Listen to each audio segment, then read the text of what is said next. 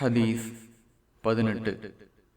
அல்லாஹுவின் தூதர் ஸல்லல்லாஹு அலைஹி வஸல்லம் அவர்கள் தம்மை சுற்றி தோழர்களில் ஒரு குழு அமர்ந்திருக்கும் போது கூறினார்கள், அல்லாஹுவிற்கு இணையாக எதையும் கருதுவதில்லை, திருடுவதில்லை, விபச்சாரம் செய்வதில்லை, உங்கள் குழந்தைகளை கொல்வதில்லை, நிகழ்காலத்திலும் வருங்காலத்திலும் யார் மீதும் அவதூறு கூறுவதில்லை, எந்த நல்ல காரியத்திலும் எனக்கு மாறு செய்வதில்லை என்று என்னிடம் ஒப்பந்தம் செய்யுங்கள். உங்களில் எவர் அவற்றை நிறைவேற்றுகிறாரோ அவரது நற்கூலி அல்லாஹுவிடத்தில் உள்ளது. மேற்கூறப்பட்ட குற்றங்களில் எதையாவது ஒருவர் செய்து அதற்காக இவ்வுலகத்தில் தண்டிக்கப்பட்டு விட்டால் அது அவருக்கு பரிகாரமாகிவிடும்.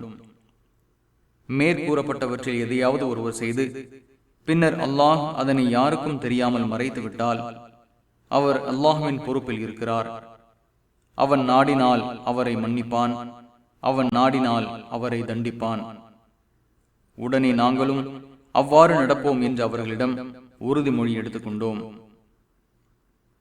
இதை பத்ர் போரில் கலந்து கொண்டவரும் அக்கபா உடன்பாடு நடந்த இரவில் கலந்து கொண்ட தலைவர்களில் ஒருவருமான உபாதா பின் சாமித் ரலியல்லாஹு அன்ஹு அவர்கள் அறிவிக்கின்றார்கள்.